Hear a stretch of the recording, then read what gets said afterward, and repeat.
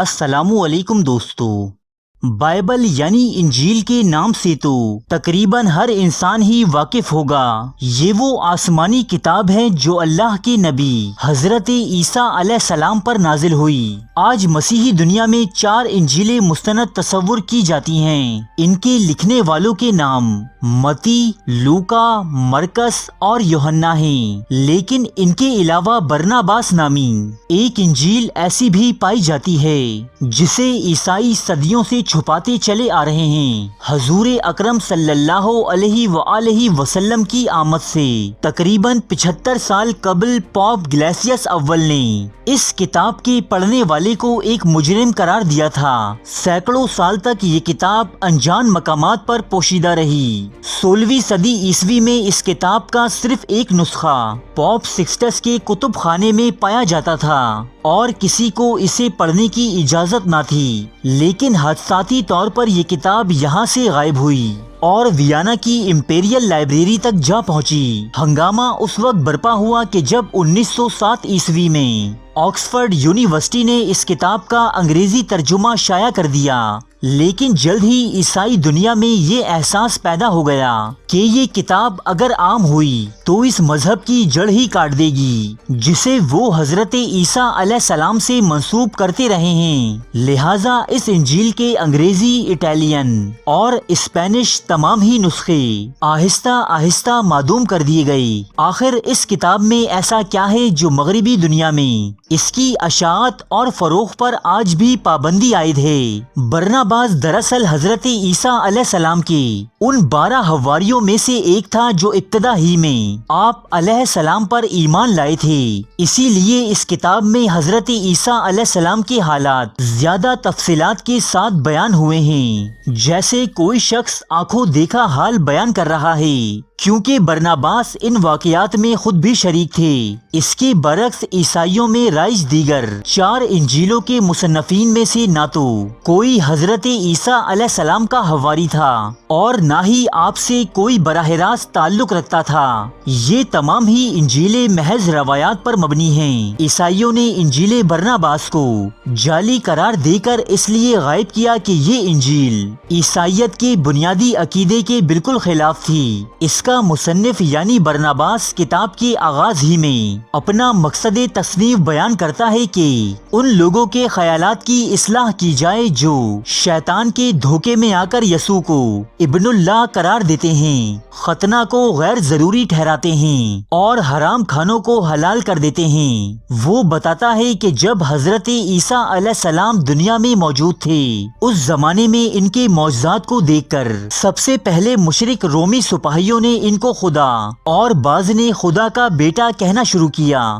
بعد ازاں یہ برائی بنی اسرائیل کی عام عوام میں بھی پھیلتی چلی گئی۔ حضرت عیسیٰ علیہ السلام نے اس غلط عقیدے کی سختی سے تردید کی۔ اس باطل عقیدے کو رد کرنے کے لیے آپ علیہ السلام نے جو بھی کاوشیں انجام دی وہ تمام کی تمام اس کتاب میں درج ہیں۔ اس کتاب کے ذریعے ہمیں یہ معلوم ہوتا ہے کہ حضرت عیسیٰ علیہ السلام کے ابتدائی حواری آپ کو صرف نبی تسلیم کرتے تھے، جبکہ یہ جماعت شریعت موسوی پر عمل پیرا تھی۔ انجیل برناباس نامی یہ کتاب ان تمام بدعات کا کلا کما کرتی ہے جو بعد میں آنے والے مسیحی سینٹس نے اس مذہب میں داخل کر دیں۔ صرف اتنا ہی نہیں بلکہ اس کتاب میں خاتم النبیین حضرت محمد صلی اللہ علیہ وآلہ وسلم کا نام لے کر آپ کی آمد سے متعلق پیش گوئی کی گئی ہے۔ غرض یہ کتاب اور اس میں پائے جانے والی تعلیمات ہو اسلامی تعلیمات کی عکاسی کرتی ہیں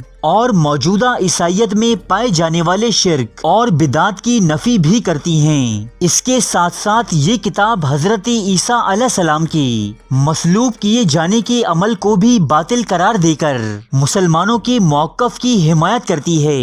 موجودہ دور میں کہ جب کتابیں PDF فارمیٹ میں انٹرنیٹ پر دستیاب ہیں تو اس کتاب کے تراجم کئی زبانوں میں بآسانی پڑھے جا سکتے ہیں، لیکن آج عیسائی اس کتاب سے جان چھڑانے کے لیے اسے ایک جعلی انجیل قرار دیتے ہیں جسے کسی مسلمان نے لکھ کر برناباس کا نام دیا ہے۔ یہ ایک بہت بڑا اور سفید جھوٹ ہے۔ اگر یہ کسی مسلمان کی لکھی کتاب ہوتی تو مسلمانوں میں بھی مشہور ہوتی اور اس کے نسخے بھی بہت سے مسلمانوں کے پاس ہوتے۔ قدیم علماء اور مصنفین اپنی کتب میں اس کا حوالہ دیتے، لیکن اسلامی لٹریچر میں کہیں بھی اس کتاب کا ذکر تک نہیں ملتا، اور نہ ہی دنیا اسلام کے قدیم کتب خانوں کی فہرست میں اس کا نام ہے۔ البتہ یہ کتاب اس فہرست میں ضرور شامل ہے کہ جن کے مطالعے پر حضور اکرم صلی اللہ علیہ وآلہ وسلم کی پیدائش سے بھی 75 سال قبل کلیسا کی جانب سے پابندی عائد کی گئی تھی۔ سوال یہ ہے کہ اس وقت کون سا مسلمان تھا کہ جس نے یہ جعلی انجیل تیار کی تھی؟ اس جھوٹ کو بے نقاب کرنے میں رہی صحیح کسر انجیل برناباس کے دور حاضر میں دریافت ہوئے 1500 سال پرانے نسخے نے پوری کر دی ہے۔ یہ کتاب ایک جاندار کی کھال پر سونے کے پانی سے تحریر کی گئی ہے۔ یہ بائبل جس میں حضور اکرم صلی اللہ علیہ وآلہ وسلم کا نام لے کر آپ کی آمد کی پیشگوئی تحریر ہے، اسلام کی آمد سے پہلے لکھی گئی تھی۔ انجیل برناباس کا یہ کلمی نسخہ آج ترکی کے ایتھنوگرافی میوزیم میں موجود ہے، جسے پاپ بینڈیکیٹ کی درخواست پر انہیں دکھایا بھی جا چکا ہے۔ دنیا بھر میں لاکھوں مسیحی اپنے مذہبی پیشواؤں سے یہ سوال کر رہے ہیں کہ اگر انجیل مقدس میں یہ واضح علامات موجود ہیں تو انہیں چھپایا کیوں جا رہا ہے؟ لیکن مسیحی رہنماؤں کے پاس اپنے ماننے والوں کے ان سوالات کا کوئی جواب نہیں۔